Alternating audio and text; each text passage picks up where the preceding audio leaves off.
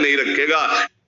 ऊपर बहुत बढ़िया अवसर है, मंत्र न चले नाम चला लो, नाम न चले तो चतुरासी ही गुनगुनाने लगो। बिल्कुल अवसर मत दो, जैसे दुश्मन नीचे गिर पड़ा है आप ऊपर चढ़े हो, अब उसको ऊपर आने का अवसर मत दो। ऊपर आने का अवसर दिया तो अब आपको ऊपर आने का अवसर दुश्मन नहीं दे पाएगा, ध्यान रखना। एक बार अगर अब मन चढ़ गया आपके ऊपर और मनमानी आचरण करा लिया तो आपको भजन लायक नहीं रखेगा, क्योंकि वो समझ चुका है कि तुम ऐसी जगह पहुंच चुके हो कि अगर अब हम इसको हरा न पाए तो मुझे जिंदगी भर इसका गुलाम बनना पड़ेगा। मन ने देख लिया है कि अब हम मारे जाएंगे, अब मुझे मरना पड़ेगा, तो वो आखिरी कोशिश करके आपका नाश करेगा। बस आप सावधान हो जाओ। इस समय आपके घुटने उसके गर्दन के ऊपर है ऐसा समझो, क्योंकि सदगुरु आश्रय, संत आश्रय, सत्संग, नाम धाम आश्रय। अब वो विचलित हो रहा है, भड़बड़ा रहा है, कोई तो मिले ऐसा, थोड़ा तो हमें जीवन दान दे, क्या विषय भोग, थोड़ा तो मुझे विषय सेवन करने को मिले। चूक कर दी तो फिर गिरा देगा। परमहंस श्री ओंकारानंद सरस्वती जी ने जब बिल्कुल नई अवस्था सामने उनका अच्छा बच्चा, बड़े भाग्यशाली हो, वैराग्य मार्ग में आए हो, पर ध्यान रखना, एक सांप को जब बंदर पकड़ता है तो बोले ऐसे ऐसे जड़ में रगड़ता है, फिर देखता, सू तो नहीं बोला, फिर रगड़ता है, और वो मरने पर भी रगड़ता ही रहता है कि कहीं इसमें जान न। बोले बस ऐसे ही साधु को, साधक को, उपासक को अपने मन को रगड़ना है। राधा वल्लभ सिंह हरिवंश, राधा वल्लभ सिंह हरिवंश, राधा वल्लभ सिंह हरिवंश। अगर सू बोलने का मतलब अगर थोड़ा भी विषय स्फुरण रह गया है तो अभी रगड़ते राधा वल्लभ सिंह हरिवंश। फिर सच्ची कहते भजन करना नहीं पड़ता, जैसे भजन थोड़ी करना पड़ता है ही नहीं भजन, किसी और कुछ क्या करे, कुछ है ही नहीं यंत्रों में, वो स्फुरते केवल वही। अब उसको भजन थोड़ी करना है, रह ही नहीं गया, कुछ करना ही नहीं रह गया है। हंस रहे, खेल रहे, बात कर रहे, खा रहे, पी रहे, चल रहे, ठाड़े बैठे परे उताना, कबीर काहे हम राय ठिकाना, हर समय। पर वो स्थिति प्राप्त करने के लिए निरंतर अभ्यास की आवश्यकता है। श्री भगवान कह रहे हैं कि परमम पुरुषम दिव्यम याति पार्थानुचिंतयेत, जो मेरा सदैव चिंतन करता रहता है, दिव्य परम पुरुष का साक्षात्कार उसको अपने चित्त में ही हो जाता है। चित्त स्थान भगवान वासुदेव का है। शरीर छोड़ने के बाद नहीं, शरीर रहते ऐसी आनंद की वृत्ति उदय होती। अब उनके लिए शब्द ही नहीं तो क्या वर्णन करें, ऐसी आनंद की उसी आनंद में वो आनंद समुद्र प्रभु प्रकाशित होने लगते हैं। पर उस आनंद में जहां आपका थोड़ा प्रवेश होता है आप उलझ करके विषय की तरफ चले जाते हैं। ध्यान देना हमारी इस बात को, यह अनुभवगम्य बात कहते हैं। जब आपको भजन का थोड़ा आनंद मिलेगा तो आप थोड़ा निश्चिंत जैसे होते हैं, उसी समय मन आपको विषयों में फंसा देगा। जब आपको भजन का अभ्यास बढ़ने लगे, आनंद मिलने लगे, तो आपको उदासीनता बढ़ानी है, हंसना नहीं है, लोगों से मिलना नहीं, खेलना नहीं है, क्योंकि इस समय चढ़ाई का है।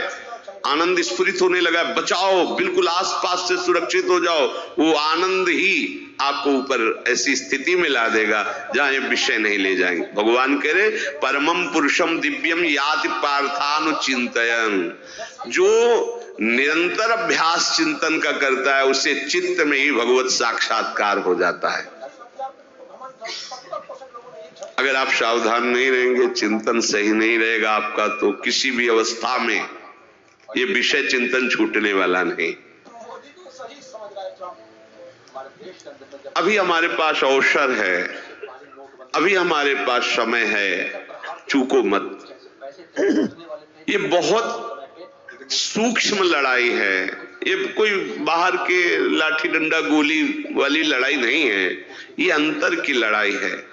इसमें बड़े बड़े हार जाते हैं। अगर कोई जीत पाता है तो एकमात्र भगवान को समर्पित चित्त वाला जीतता है। हमें लगता है आपको बढ़िया समर्पण का अवसर है। अब आप ये जो मना किया जाता है, उन विषयों का भोग करते हैं, विषयों का सेवन करते हैं, तो फिर ऐसा लगता है अब हम नहीं कर पाएंगे, हमारे पास कोई चांस नहीं रह गया कि अब आपको संभाल सके। इसलिए आप सहयोग कीजिए। ये बाहरी आनंद 4 दिन का है, मान जाओ, बाहरी आनंद। ये श्री जी के मार्ग के लिए हम कह रहे हैं किसी जन्म में भगवत प्राप्ति करनी। अगर आप नहीं कर मानोगे, मनमानी आचरण करोगे तो भ्रष्ट हो जाओगे। ये संसार का स्वरूप है, किसी न किसी बहाने से वो आपको सतमार्ग से हटाएगा। ना किसी को घर आने दो, ना किसी के घर जाओ, ना किसी को रंग लगाओ, ना किसी से रंग लगवाओ। अपनी प्रिया प्रीतम के साथ होली खेलो। यहाँ जो सत्संग हो रहा है ठीक है, सुना है, एकांतिक किया, कुटिया में जाओ चुपचाप, अपने श्री जी को रंग लगाओ, श्री जी के सामने पद गाओ, श्री जी के सामने नाचो, उन्हीं तो भावना में उनके साथ खेलो, किसी और की जरूरत नहीं। कोई अब दूसरा हमें छुए, दूसरा कोई हमारा अपना बने, अब हमें जरूरत नहीं है। देखो हमारी भाषा समझ में आ रही हो तो समझ लेना, नहीं बाद में पछताओगे। किसी को भी अपने साधन कक्ष में प्रवेश मत दो, किसी को अपनी कुटिया में मत आने। अब आप यहाँ गृहस्थ नहीं हो, यहाँ भी रह रहे हो, भले गृहस्थ वेश में रह रहे हो, आप वनवासी हो, आप श्री जी के उपासी हो, कोई व्यवहार की जरूरत नहीं। जब ऐसे रहोगे तो श्री जी आएंगे आपसे खेलने। निष्ठा, हृदय में निष्ठा। अब व्यवहार की गुंजाइश नहीं रह गई, हमारे पास समय नहीं व्यवहार का। हमारी बातें मान लो पर आप लोग मानते नहीं हो, इसलिए कोई रंग नहीं चढ़ पा रहा। अरे वो बेचैन है आपके साथ खेलने के लिए, उनकी तरफ जब देखो ना तो बेचैन है, पर उनकी तरफ कोई देखना ही नहीं चाहता। वो तो यहीं से फुर्सत नहीं मिलती भोगों से खेलने के लिए, संसार के राग में खेलने के लिए। अरे वो तो लालायित है, वो तो खुशी हो रहे कि हमारा शरणागत हो गया, अभी हमारी सहचरी बनेगा, हमारी सेवा में आएगा। शरणागत होकर के पीठ कर लिया श्री जी की तरफ, मुख कर लिया संसार की तरफ, तो दोनों लाड़िले उदास बैठ जाते हैं। अब क्या करें, ये तो उधर मुख करके जा रहा है, चलो फिर कभी लौटेगा, वो फिर इंतजार कर रहे हैं। विमुख भये निमिषो ना अकृपा जब चिते तब।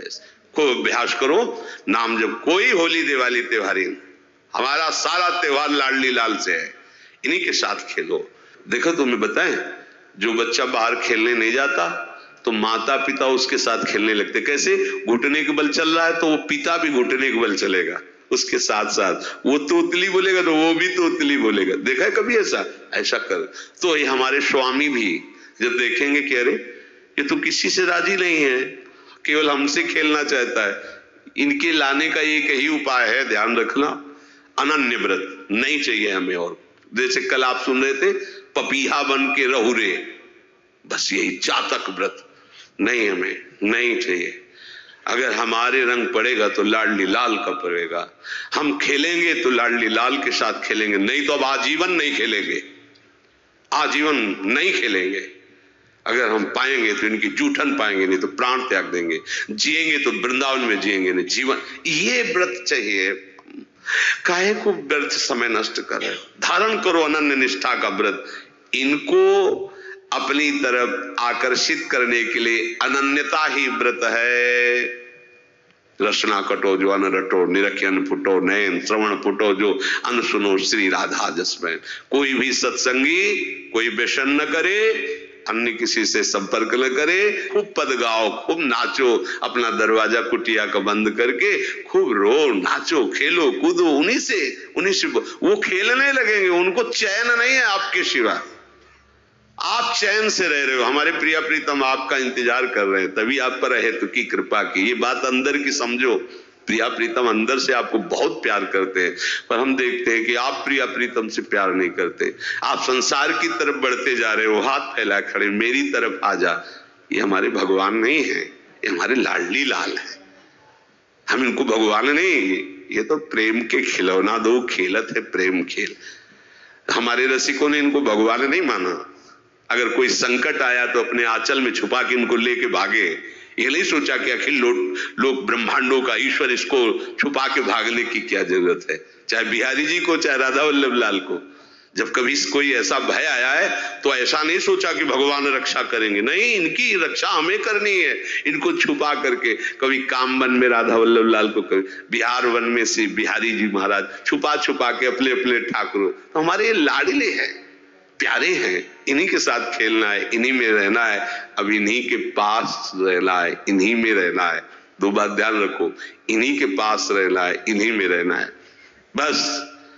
अब यही हम नहीं कर पाते, वही जो शुरुआत सत्संग में की थी, सबकी ममता ताग बटोरी, मम पद मने। ये भारी बात है, भारी बात है। जितनी जल्दी आप उदास हो जाओ संसार से, उतनी जल्दी मुस्कुराहट आ जाएगी प्रिया प्रीतम के मुख में आपके लिए। आप जब मुस्कुरा रहे उधर, तो वो उदास बैठे कि हमारी तरफ क्यों नहीं देख रहा। अब हमें अपने प्यारे को उदास नहीं करना, प्यारे को मुस्कुराहट से युक्त करना है। क्या हम उदास हो जाएं?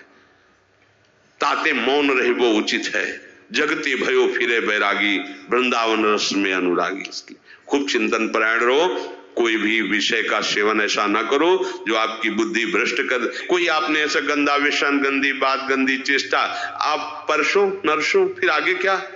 आपका जो साधन मार्ग वो ढक जाएगा, फिर प्रमाद छा जाएगा। हमें किसी भी उत्सव में, किसी भी उत्साह में अपनी प्यारी जो की अनन्यता और सिद्धांत को नहीं छोड़ना, अपने मार्ग में चल। ये अध्यात्म है, अध्यात्म। ये दान पुण्य की बातें नहीं है, ये लोक लोकांतर में भटकने की बातें नहीं है, सीधे भगवत प्राप्ति की बातें हैं। यत करोषि, जो भी तुम करोगे वो तुम्हें अपने आराध्य देव के लिए करना है, आराध्य देव को समर्पित करना है। देहाभिमान अभी कुछ ही समय में गलित हो रहा है, ऐसा आपको अनुभव होने लगेगा। कैसे समझेंगे? देहाभिमान गलित हो रहा है। जब आपका अपमान हो और आपको कोई फर्क न पड़े, आपका सम्मान हो, आपको कोई हर्ष नहीं हुआ, बड़ा लाभ हो गया, कोई सुख नहीं हुआ, बड़ी हानि हो गई, कोई दुख नहीं हुआ, शरीर स्वस्थ है, कोई हर्ष का विषय नहीं, शरीर अस्वस्थ है, कोई शोक का विषय नहीं। यह है देहाभिमान गलित होने का स्वरूप। यत करोषि, तो जो भी हम करें, पापाचरण भी करें तो श्री भगवान को अर्पित कर दे। बोले नहीं, तस्मात् शास्त्रम प्रमाणम ते कार्याकार्यो व्यवस्थितो। जो तुम्हें करना है उसमें प्रमाणित कार्य करने हैं, शास्त्र के अनुसार। यत करोषि, अब जो भी करोगे शास्त्र सम्मत करोगे और प्रभु को समर्पित करोगे। देहाभिमान बहुत जल्दी गलित हो जाएगा। यदश्नासि अशन भोजन, जो भी पाओगे पहले प्रभु को भोग लगाओगे, देहाभिमान गलित हो जाएगा। मान लो मेरी बात, ये सब 4 दिन के उत्सव, 4 दिन की चांदनी है। शोक समाज पूरा तैयार हो रहा है हमारे ऊपर आक्रमण करने के लिए। तुम्हें क्या पता? शोक का अंधेरा छाने के पहले ही व्यवस्थित जहां पहुंचना वहां पहुंच जाओ, फिर अंधेरा छा जाएगा, कोई फर्क नहीं पड़ेगा। अभी आप यात्रा ही नहीं प्रारंभ किए हैं और अंधेरा आ गया तो मार्ग ढक जाएगा और जीवन व्यर्थ चला जाएगा। कुछ भी मत खाओ। कैसी धूर्तता हमारी बुद्धि में बैठी है। रसेंद्री की तृप्ति के लिए हम गुरुजनों की आज्ञा को रौंद करके चंद विषयों का सेवन करते हैं। धिक्कार है जीवन को। यदि आज्ञा उल्लंघन करके अमृत भी पीने को मिले तो विष हो जाएगा, ध्यान रखना। इंद्रियों की चाटुकारिता करते हद हो गई। अरे संसारी पुरुष में ऐसा देखे तो चलो, लेकिन जो भगवत मार्ग के पथिक, धिक्कार तुम्हारे जीवन को। प्रिया जी को बिना भोग लगाए अर्पित किए तुम पाने के लिए उत्साहित कैसे हो रहे हो? जिन वस्तुओं को निषेध किया गया है उनकी तरफ स्वप्न में भी अगर गति हो तो जलन होनी चाहिए कि स्वप्न में भी हमने कैसे स्वीकार कर लिया। कभी कभी ऐसा लगता है कि भगवत प्राप्ति बहुत कठिन है, ये समझने वाले नहीं। मेढक को तौलने का अगर हमें आदेश मिले तो तौलना बहुत कठिन है। 5 रखो, 2 उधर छिटक के चले गए, उनको घसीटो तो 3 पहले वाले फिर उतर के चले, ऐसे है। सावधान हो जाओ। ये आज्ञा का उल्लंघन तुम्हारे लिए नारकी गति का काम करेगा। अगर आज्ञा है कि अमृत नहीं पीना तो मत पीना, नहीं वो विष हो जाएगा। और अगर आज्ञा है विष पी लीजिए तो गरल सुधा रिपु करहि मिताई, गोपद सिंधु अनल शीतलाई, वो विष अमृत हो जाएगा। तुम्हारा शत्रु तुम्हारा मित्र हो जाएगा। ये भव समुद्र गाय के खुर के गड्ढे के समान हो जाएगा। आज्ञा पालन बहुत बड़ी सिद्धि है। ये मूढ़ता का त्याग कीजिए। आप जानते हो, जानते नहीं है? नहीं, तुम नहीं जानते हो, तुम्हें वो जान रहे हैं। अगर तुम अपना आनंद चाहते हो, सुख चाहते हो, तो आज्ञा पालन करो। इसी से देहाभिमान